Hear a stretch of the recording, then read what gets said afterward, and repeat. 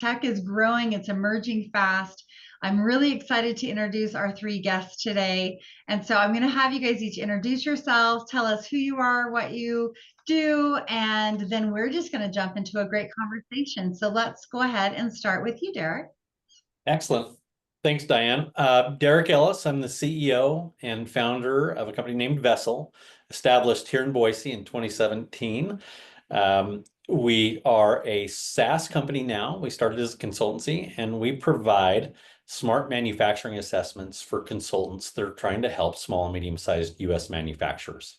Our whole team is located here, and just happy to be involved. So thanks. Thanks, Derik. Alison, let's hear from you. Yeah, I'm Alison Johnson. I'm an attorney at Wilson Sonsini. I work with startups and investors largely in emerging growth companies or in the emerging growth space. I am born and raised in Idaho. I spent 10 years in the Silicon Valley practicing law there before coming back to Idaho about 15 years ago. And I'm happy to be here. Thank you. AJ. Hey, my name's Adonis Jones. I go by AJ. I'm the Senior Director of IT here at Delta Dental. And I had 23 years in the military. Currently here at Delta Dental, I lead the initiative in terms of modernizing our IT and moving us forward. We just created us a 2030 roadmap, in terms of like all of our IT and where we want to go. So I think that leads great into what we're going to have our conversation for today. Great. Thank you so much. So let's just kind of jump right in. Innovation fuels progress. We're seeing it happen fast paced. We're seeing a large number of companies join or start tech startups. And I know, Alison, you've worked with a lot of startups over the years. Derik, you are emerging in innovation as an entrepreneur. And AJ, I think as you look at the culture of innovation within your organization, there's going to be some that are early adopters. And then we're going to talk a little bit today about in your organization, how do you create that culture of innovation and kind of get everybody on board with technology? So kind of jumping right in with that innovation mindset. Let's talk about what traits help leaders and organizations and even entrepreneurs, how do they consistently adopt and be a driving in innovation? So let's just really talk about innovation in general. And let's just start with whoever wants to start talking first, and let's just kind of talk about the culture of innovation.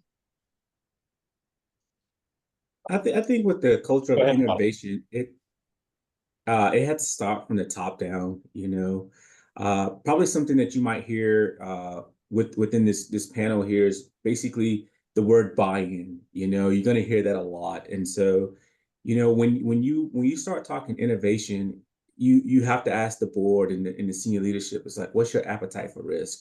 Like, what's your thought process on pushing the envelope, pushing the needle? What's going to drive your company forward? And once you define that, and once you define what those key strategies are, then it's like, what's the buy-in from everybody, from middle management to the employees that report up?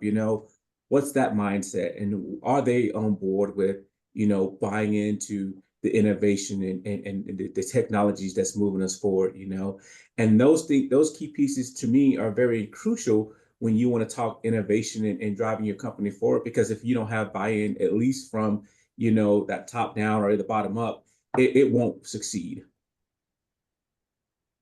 Yeah, I was going to add, I think when we think about and talk about innovation, we talk a lot about flexibility and adaptability and being willing to pivot and see what's out there.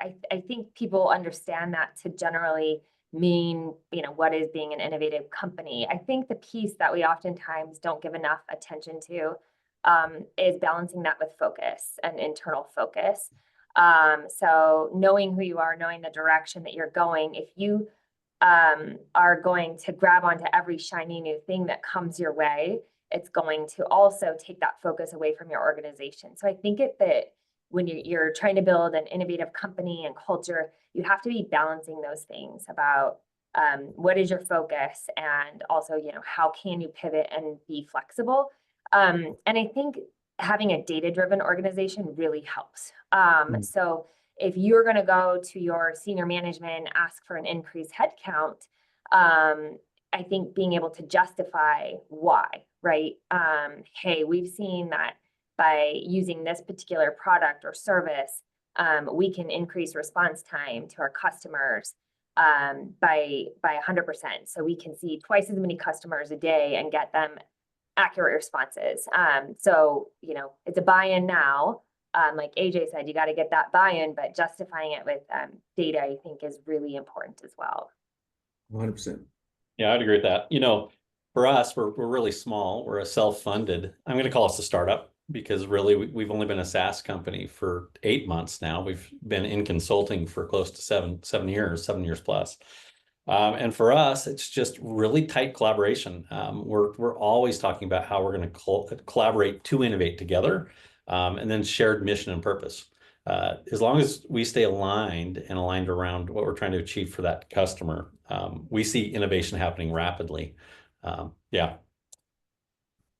So Derik, I'm gonna come back to you the question, and I'd love to hear. I know that Alison has done a lot of years of coaching entrepreneurs in the tech space, and funding innovation it's critical. And I've met also with some tech startups that they have a really great idea. They've built out the process of their innovation, but funding seems to be something that is very top of mind. So talk to me a little bit about how you navigate the launch of innovation. Well, it can come down to timing for us, and I'll back up a little bit. You know, we chose to self-fund for a period of time. Initially, it was through retainers because we knew we could consult as we were thinking of the innovation or software we wanted to bring to market. We also knew that by focusing on a customer base and getting just really targeted, we could start figuring out what the technology really should do, aligned with that customer's needs, and probably build the customer base at the same time. So for us, the whole idea was to bootstrap it or self-fund it as long as possible. Put ourselves into a leverageable position and eventually bring that funding in. You know, we finally got to a place several months ago where we wanted to start looking for that funding, and it could be really difficult. You know, I almost joke about a potential tattoo I was going to get that says, you know, call me in 12 months. You guys look like you're doing something really amazing. So you hear that a couple of times, and then and I might be a little long-winded here, so forgive me, but we brought an amazing group of leaders in and around us to advise us. And this was recently. And they looked at where we were going and they said, you know, don't borrow money right now. We think you should keep selling and growing the business that way because you're actually in a really good position, not for an investor per se, but to stay self-funded longer and until the revenue is much higher. So it's about timing. It's hard to say when it's the right time to borrow money. You know, we've lived long enough to access bank funding, which has been fortunate for us. But I will say within the next year, we've got some strategic advisors that will be putting some funding into us. So we chose to grow the revenue in the customer base first, but it's still, you know, always considerations. Yeah, Derik, I think that's such a great perspective. I do work with a lot of entrepreneurs and startups, and they have great ideas and come and have built or are building something amazing, and they go out looking for funding, and they're very surprised to find out that finding funding when you have zero revenue is very difficult. So really the best way to find funding is to show revenue growth. And so especially in this day and age when AI has made the barrier to entry a bit lower to companies, being able to actually launch a product or a service and using AI to do that, to get that initial revenue in the door can be really helpful. It seems very counterintuitive that, or maybe just depressing that revenue is really the path to easier fundraising, but it really is. So to the extent you can bootstrap, to the extent that you can get the early buy-in from customers, even when your product's not perfect, kind of move fast and break things and launch, I think that makes funding so much easier down the road. And the later you can, as an entrepreneur, the later that you can push that funding, the more equity in your company you get to keep. And so it's hard and it's a struggle. And, you know, you put in a lot of long hours and hard work, but it really is sweat equity. And it means you get to keep a larger piece of ownership in your company if you delay that outside funding. Oh, I love that. You know, we are self-funded, like I said, but employee owned and veteran owned. So we want to hold on to that status as long as possible. Yeah.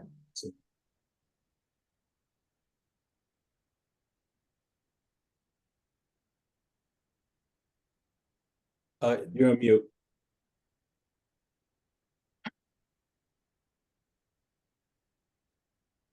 I didn't realize I couldn't unmute myself. Thanks, Betsy.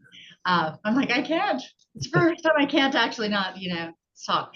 I love hearing that. And I think something that you mentioned, Derik, when you were talking about how one of the things that you did that has been proven to be extremely valuable is to bring in a group of advisors.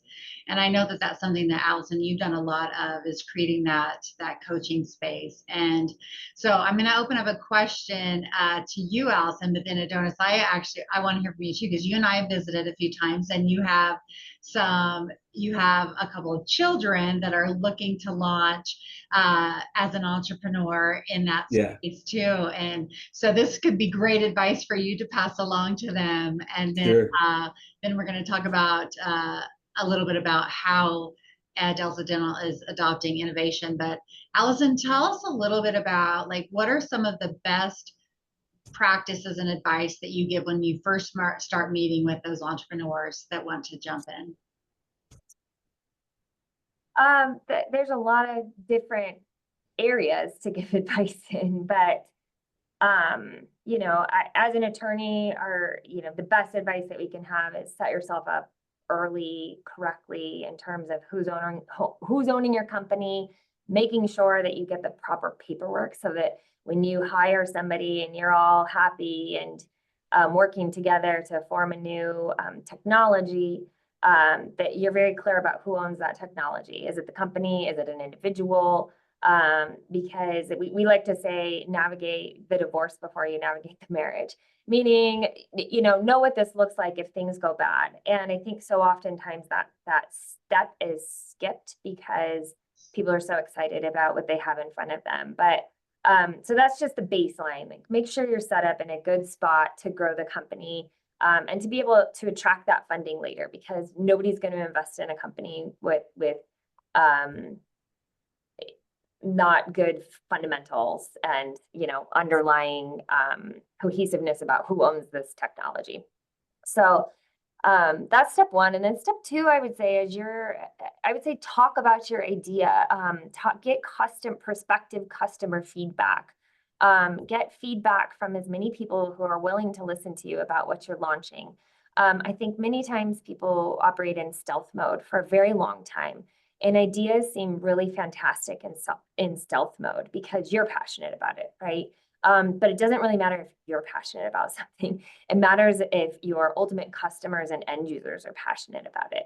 So having those conversations about who you envision to be your ultimate end user, to see what they're looking for. Are you solving the right problem for them?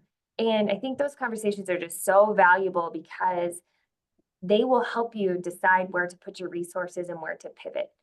It takes one customer, right? So maybe you build that solution for that one customer, and maybe it's a bit bespoke to their needs. But if you can land one customer, it's very much easier to land two.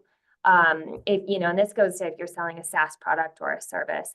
But it even goes to consumer products and tangible things. I think collecting that feedback early on is great before you spend a lot of money and resources building something that customers won't want to buy. Thanks. Yeah, that's great advice, Alison, because, like, alluding to what Diane was saying earlier, is that I do have 3 boys that are actually counselors and we're trying to look at, starting up their own business, to offer that type of service, some services of counseling to the community. And so that's something that, we haven't really looked at or explored as much, Yeah, and to what you're saying is that we did look at it to like, hey, this is what we're passionate about, but yeah, look at the biggest scope here and say, okay, how is that going to affect everyone? What do you need here to bring value to the company, you know, and those type of things. And so that's great advice that, you know, I can take and relate to my boys to kind of help them build their business and get that off the ground, but make sure that we're trying to dodge these pit holes as much as possible as we move forward.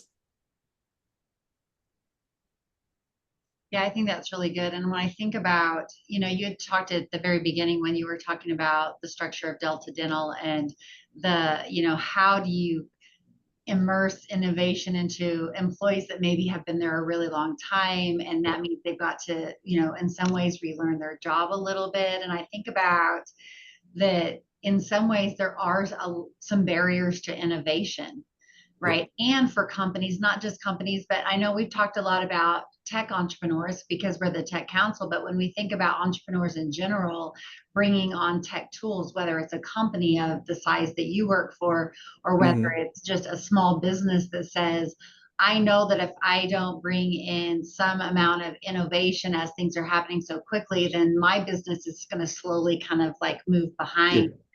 And so let's talk for a minute about that mindset of just a little bit of that barrier to innovation, and maybe share a couple of examples of what you've already experienced in kind of trying to, you know, level up all of the people in your organization. And I don't know, Alison, if you've experienced that a little bit, even within your organization, of at what point do you bring in new innovation to your firm, or do you, you know, keep doing the things the way that you've done them before? And we'll start with you, AJ. Well, for me, I feel that you have to bring in the innovation, you know, because if you stay stagnant, you know, there's no growth, you know. And I think, you know, with us, so how it's set up is like Delta Dental, you have 50-member companies that makes up Delta Dental, you know, and we report up to Delta Dental PA, which is the corporate structure there, you know. But here in Delta Dental, Idaho, you know, we support Delta Dental Wyoming. And so we have a subsidiary company of Delta Dental, which is AHS, and I spearhead that. And so we have to look at, you know, how do we remain relevant, you know, and what key pieces that we need to bring into our space in order to make sure that our workflows are efficient, you know, and how do we support like the other member companies and the other Deltas. And so something that we've done here is we looked at it from a top-down approach, and we said, okay, we actually didn't start with the CEO. We started the board. It's like, hey, what are we looking for? What's our mission here, and what are we trying to accomplish? And what we found out is that, hey, how do we process claims? What do we need to do? What do we have the tools to process those claims effectively and efficiently to make sure that these claims get paid in a rapid manner? And so, in order to do that, we had to figure out what tools that we had in place. Are those tools relevant? And how do we, and if they're not, how do we get to a point to where we can say, yes, we are prepared and these tools are relevant for us? And so what we did, we actually enlisted in bringing in a third-party company, you know, and some folks and some companies are kind of hesitant to bring in a consultant. But I feel that if you're going to be innovative, you got to bring in the experts, because not everyone in your company is going to be experts. So we brought in a couple of experts to kind of help us figure out what are the gaps that we have within our company, what are the problems that we are trying to solve for, and how do we get there. And from there, we partnered with two or three different vendors, and we created a comprehensive roadmap that we took on an annual basis. That okay, annually this is what we're going to do to kind of move our company forward. But we also created a 5-year roadmap that we're utilizing to kind of help us drive our space. And so part of what we're doing is we're implementing AI, you know, and so at one point in time, we didn't have any type of AI structure here, but now we have that. And part of bringing in AI is that we had to create a AI governance team to kind of oversee the AI structure of that, you know. And so we built that, you know, and in building that, we built cross-functional teams. So, you know, we have our IT department, but we have all the different teams in the sales and the marketing and community outreach and, you know, accounting, and all those teams, we are actually partnering together to build a tool and tools to help us be successful within our own space, you know. And then the last piece that we've done is when we talk to our teams, we told them, especially on a culture standpoint, don't be afraid to make mistakes, because you get people that are, I made this mistake and they don't want to push forward. We look at mistakes as an opportunity, so it's like, okay, we made the mistake. How did this mistake happen?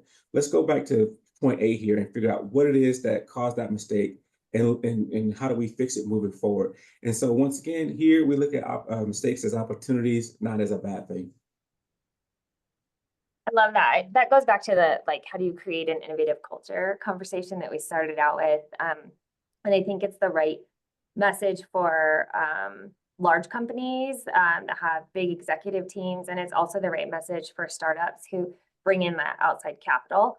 I think oftentimes if you are in an organization where there's kind of a culture of fear, or, no mistake is permitted, or a lot of times startups, when they bring in that outside money, they're so nervous and they want to impress these outside investors.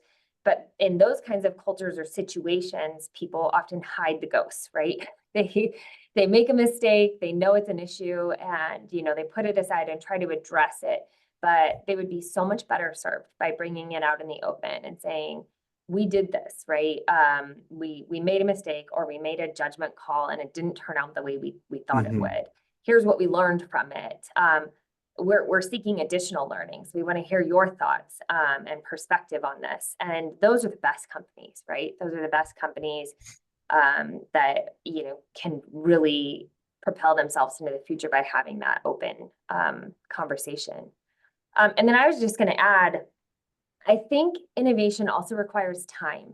And what we're learning with all these new AI tools coming at all of us, and we're all expected to learn new things and want to learn new things, right? But we all already felt very busy and like we had a full plate. And I think taking a big picture look, there's 2 time exercises that I think are really important from my perspective. One is deciding what your own best high value work is and your low value work is, and then deciding, is there a tool? Is there an AI tool or a system that can do the low value work? Or is there a person in your organization who is better suited to do that, to free up your time to do that high value work? And that's where we as an American culture are going to try to head, right? Is to have more people trained to do high value work. And we don't need to fear AI and these tools. They should all just help us up our game and focus there. So that's one exercise. What's high value, what's low value? And then I think the other exercise that companies do, and I think is great, I haven't done it yet myself because I don't know that I have the leverage to do it, is to look at your calendar on an annual basis and swipe all your recurring meetings and start from the ground up and build like from a value-based approach. I think we all probably suffer a little much from just deluge of meetings and they get stuck on the calendar as a recurring meeting and they just keep adding and adding and adding. And then, going through the exercise of questioning what meetings are really valued. Does this need to be an hour long? Can this be half an hour long? Do we need 20 people in this meeting? Or do we actually just need 5 to free up our time to be able to focus on that high value work? I think that's another really good exercise as a company to go through. Yeah, I'd like to add, because this topic really speaks to me right now. I mean, we don't even have the luxury to consider, because every day we have to integrate this level of innovation, because I have a small team doing the work that most people would perceive as a much larger team. We've expanded into 6 states rapidly, and we're expanding past 6 states pretty quick. And so we have to find tools and things that can turn one person into 10 over and over again, and then pivot and change that. And so every day we're digging into different things that can help improve us and help compound what we're already doing, because we're moving fast and we're nimble and all those things. But we're also, there's just so much to do that innovation is a constant in that regard. Yeah, it is, Derik. Yeah. Oh. What type of business do you have, Derik? I'm sorry? I was a little late to the meeting. What type of business do you have? So I now have a SaaS company, and it's an assessment platform for consultants that work with small and medium-sized U.S. manufacturers. Great, thank you. You're welcome.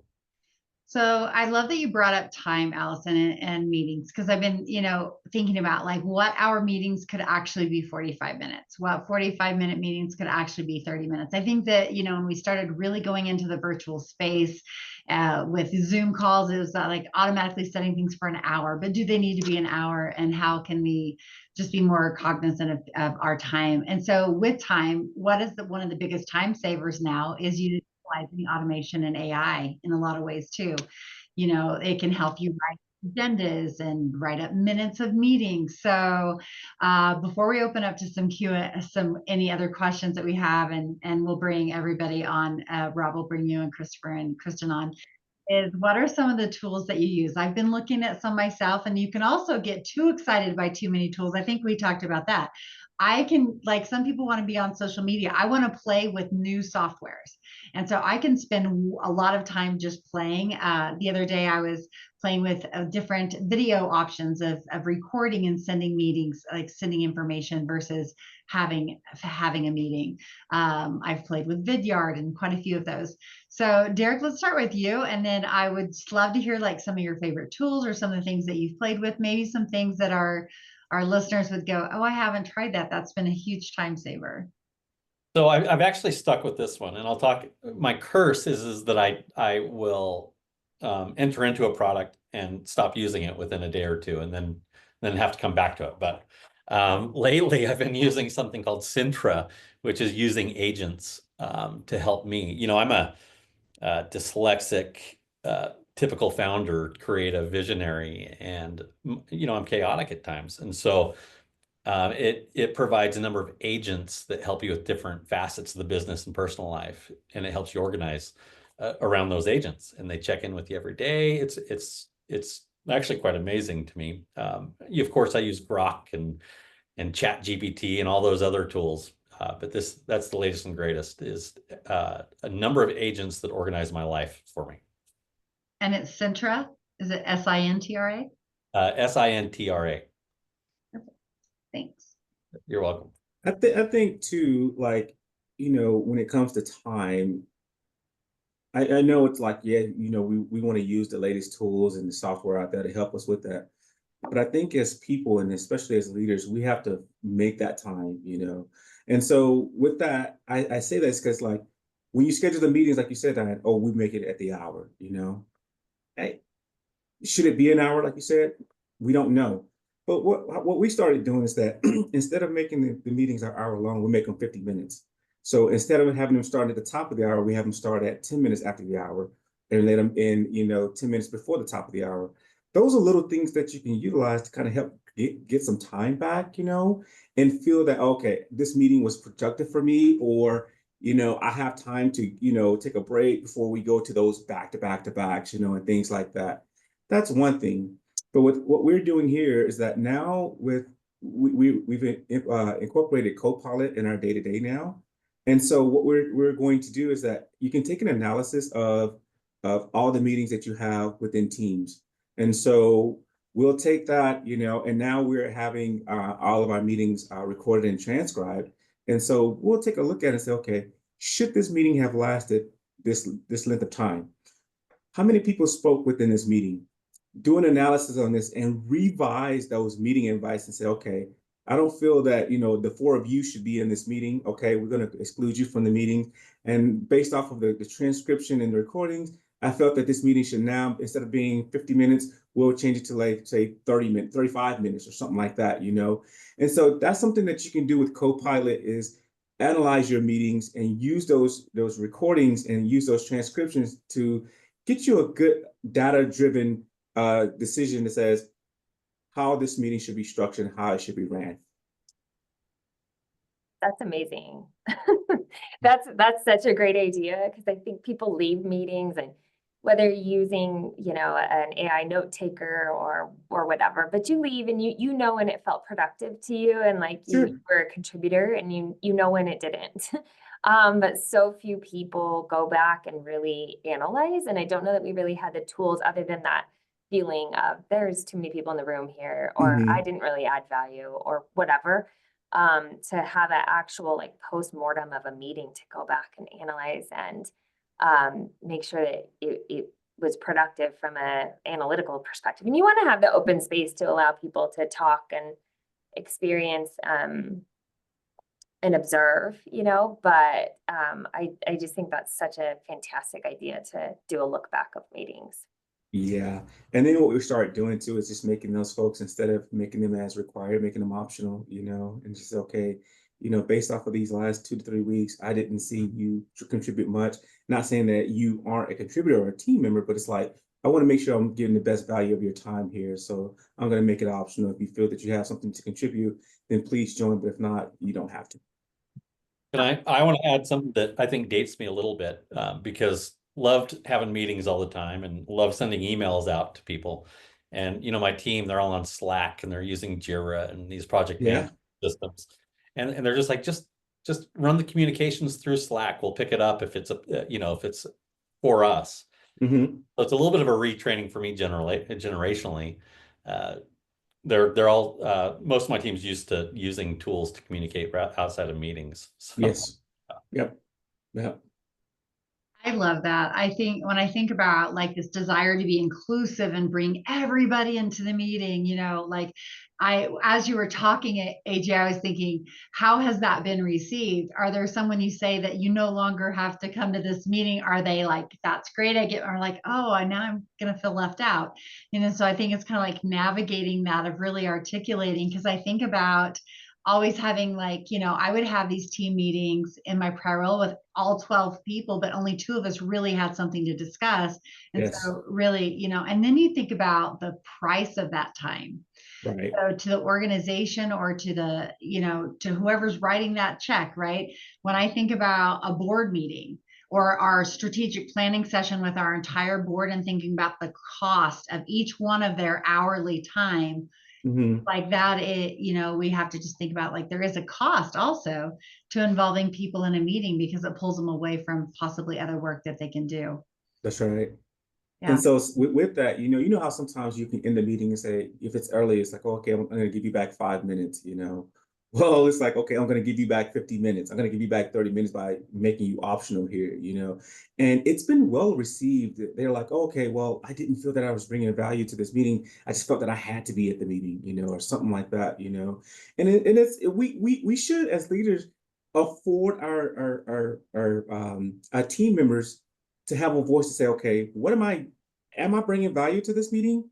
If not, I don't have to be here. We should be able to do that, versus sometimes you'll shotgun blast out a meeting thinking that you got the right resources in there, and sometimes you don't. And so it's okay to say, okay, I made a mistake when I, invited all 13 of you, just tell me who should be here, help me guide that piece of it, and then we'll make sure that we get the right pieces in place moving forward. So, yeah. I'm guilty of that all the time. Same here. Yeah, I guess it is important always as a leader to ask yourself, do we need to have a meeting just to have a meeting so that we can say have a meeting and check a box that we had a meeting? So, right, sure. Really identifying, what is the goal of that meeting and what needs to be accomplished. And I love that you said that. And then you may even find out that the person that you need in the meeting wasn't in the meeting. Right. And so, yeah, well, with our last, and this is a 45-minute panel session, so I did want to save our last 15 minutes to kind of talk to our panelists. Rob, you've been sat on lots of committees for the ITC. You and I worked a little bit together, and of course, in Time Tech, you guys have been really launching and unleashing innovations. And you're welcome to come off camera if we can get that access. But if Betsy can, I think she has to allow that. But kind of like how you guys have really, really grown in the last couple of years. Maybe even you could probably add a little bit to this conversation today.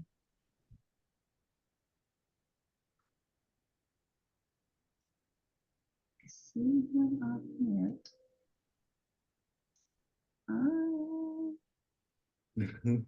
Anyone can come off camera and off mute now. Okay, yeah, let's see if we can still hear you, Rob. I saw that you went off mute. Shit. Maybe we lost him for a minute. Well, I am so excited for this new Spark series. And when I was thinking about, I always like to end with some advice and best practices. And I have that three panelists that are incredible leaders.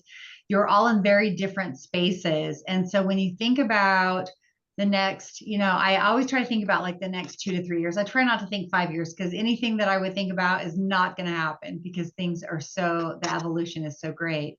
But as you think about the next 2 to 3 years, any thoughts on innovation? And I know that quantum is close behind. We're seeing, we're hearing a lot of things about, especially in Idaho, about the amount of broadband and power that it's going to take to run the mini tech companies that are coming here to Idaho.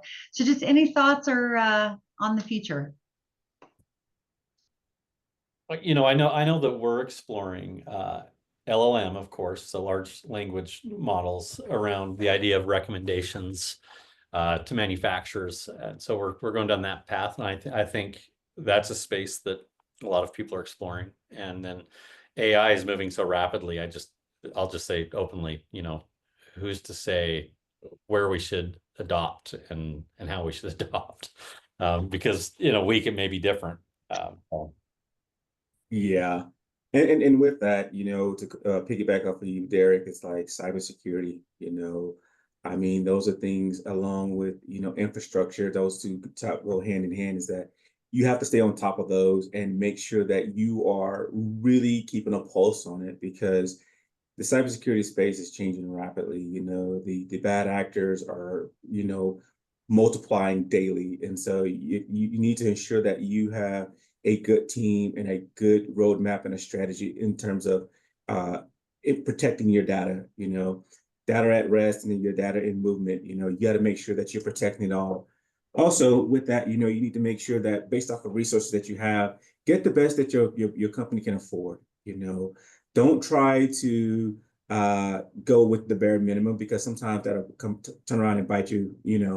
But cybersecurity and infrastructure, in my opinion, are two of the things outside of what you're saying too, Derik, with AI and large language modeling. But those are some things that you have to keep a pulse on and stay close attention to, and especially with your roadmaps. Is on-prem the right solution for you, or is it cloud-based? What's going to move your company forward and what's going to move the needle for you? And so having those roadmaps and having those strategy conversations with your top leadership, and especially the board, will kind of help get you there. Yeah, and I would say it's now more important than ever to stay connected with peers, with other leaders in your community. Have the conversations. Like I mentioned earlier, don't be afraid to mention your problem spots, mention the issues that you're dealing with, and use those around you, because everybody's looking for solutions and things are changing so rapidly. And new products and technologies are emerging that are going to help companies grow, as are new problems and bad actors, right? So staying connected and having those open conversations with people that you trust in the community, I think, is really important. And as you grow an innovative culture and a company, I would say just continually challenge assumptions, right? So challenge the assumptions about who's needed in the room. Is this meeting really necessary?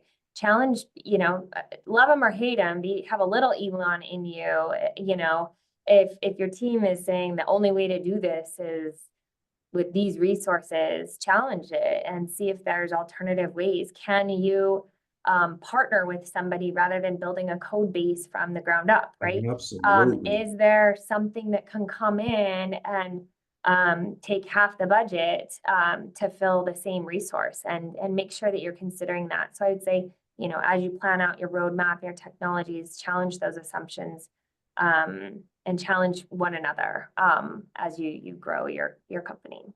Sure.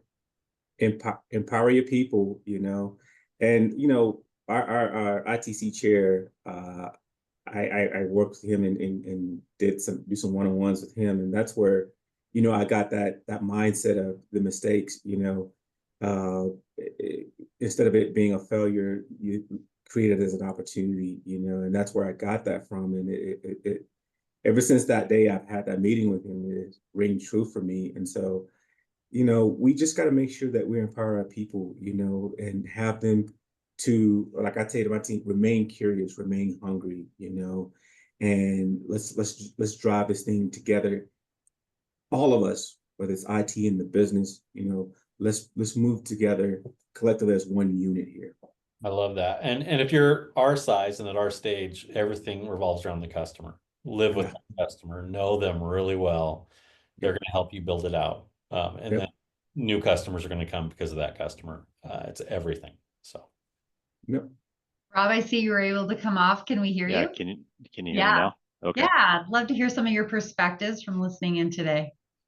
Yeah, I think, with the AI world, there's so many things that we can try out and take advantage of. And I always tell my team, like, well, let's just take it for a spin. Let's, like, Derik, you're saying, use apps and you might give up on them, but at least try them out.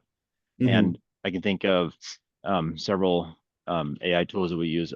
So I've reduced the amount of meetings I've needed to attend because I'm using Teams AI summary. I just read the summary notes now. Mm-hmm. And I have an understanding of where we're at. And then I'll get app mentioned, and so I'll go read that, and then I'll respond to my team, and they kind of look at me like, "How'd you know that? You weren't in the meeting." I'm like, "Well, I read the AI notes." So that has been a big time saver for me. And with innovation, you can get in the grind of developing or working on your product and miss out on the opportunities to innovate. And one of the things that innovation can come either from the top or from the bottom, and it should come from both. And I love to walk around and just listen in on the conversations happening amongst the developers, and then I'll poke them with questions, and then we'll say, well, wait a minute, why can't we make that better? So let's go make that better. So that's, HP used to call it management by walking around. And so for me, that's just like sticking my nose into conversations in a way that they don't hopefully know I'm there, so they can just be free. But listening for those things, like, that sounds like you're really frustrated with that. Is that something that we want to go change, innovate? And then, Derik, you're saying, stay in touch with your customers. We have 5 or 6 meetings a week where we're talking to our customers and asking them, like, hey, what's going on? How do you like the product? What could be better? And, from that comes the innovation. And then you have to play the game, like, okay, how important is that with the whole scheme of what we're trying to do? Do we rise that idea to the top? But if we try to build a product without really understanding the customer, we're going to fail every time. So you really have to dig in and get in their world. So absolutely. It's a fun new world that we're in. That's for sure. And you have to, and like Alison was saying, you have to, like, take advantage of questioning the status quo, because probably our status quo is like 50 to 75% wrong, because we've always done it that way. Oh my gosh. Yeah, Rob. I don't like that word, or that phrase here. It's like, we've always done it that way. Well, why? Tell me why, And something that I challenge my team with is just like, I don't want to do the same thing that we were doing the previous year. Because if we're doing the same thing we was doing the previous year, there's no growth here. So show me something new. Show me what you got here. So yeah, EJ. Yep. That's a red flag. Like, oh, you've always done it that way? Yeah. All right, let's go. Let's keep talking. All right, Kristen, jump in. Well, I just saw your newsletter this morning, and I scrolled down near the bottom of it and saw this topic, and I thought, I'm about at the kindergarten level with this, so this would be good for me to join this and learn. My husband does know about AI, and he uses it, and he'll tell me something new every week that it can do. And so I am kind of learning along with him. And I haven't incorporated all the time-saving things that he has yet, but I'm starting to. And when you were talking about those types of things that you can do that just don't require a whole lot of intellect, and then save that time for those projects that need people, not just AI. And I thought, wow, instead of typing out minutes, I can now have AI. I can just speak to it. If I go to a meeting, and I can just come back and summarize it, and then it types it up. Saves me a lot of time. It's amazing. But anyway, I am going to join these different discussions that you have, so I can learn more. Thank you. Great. I love that you brought that up, Kristen, because this is what I really want to close with. And I want to, hear from anyone that wants to answer it. Because, I think that when I think about the evolution of the Idaho Technology Council over the last 15 years, and you think about different industries that each have, before all of this innovation that we're seeing in the last few years, you've got technology industry, healthcare industry, manufacturing, you have all those. But now you have everything is in essence tech adjacent. Because so as we think about, and of course, AJ and Alison both sit on the board of the Tech Council too, as we think about how can we help Idaho businesses become more technology savvy? How can they look to the Tech Council when they're thinking about creating a tech stack and bringing in innovation? And I think that we have this incredible opportunity to really engage outside of our circle and just be that, like, as you were saying, you're wanting to learn and absorb. And I think that we have some incredible experts that are early adopters that are really making big waves in innovation as it is unleashing so quickly. And I think at some point it will be very blurred as what's technology and what isn't, because technology is now touching everything. So just some last thoughts from our panelists, and then we'll wrap up. Yeah, so as we move forward, like Alison said, it's like, reach out to, if it's, other companies, other vendors, just don't be afraid. Okay.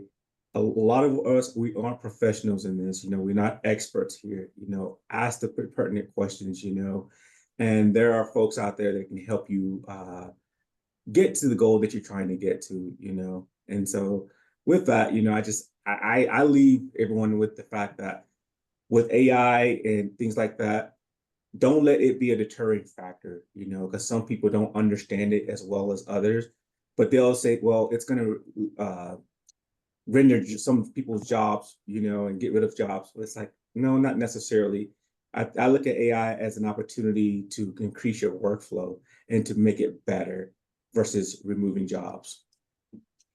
No, I'll close with, we're in a really accessible state and area, meaning there are tons of amazing people that will talk to you about things. You reach out to me, I'll talk to you about something. Hopefully Yes. I give you bad advice. But I've turned to some amazing leaders here in this community over and over again, and everybody goes all in and is very helpful. So yes, talk to people about it, I'd say.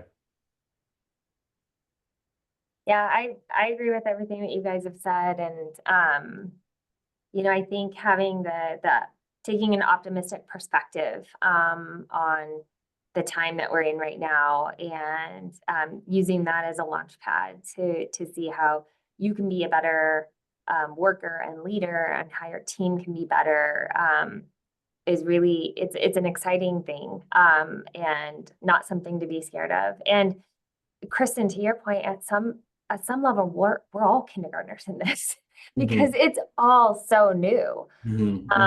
And so it's really just an opportunity and a chance, and to learn new things. So learn, share, keep open dialogues. I am always open to taking questions or consultations or connecting people. If I'm not the right person, connecting people in the community or outside of the community who are the right people. But we can only help make each other better. So that's what I think. I love that. Thank you so much. Alison with Wilson Sonsini, Derik with Vessel, and Adonis Jones with Delta Dental. Thank you so much for being panelists for us today on our very first Spark series. We hope that everyone will join us. We'll do this every third Thursday at lunch. And with that, it's a wrap. Awesome. Thank you. Great. Thank you. Guys, everyone. Bye-bye. Bye.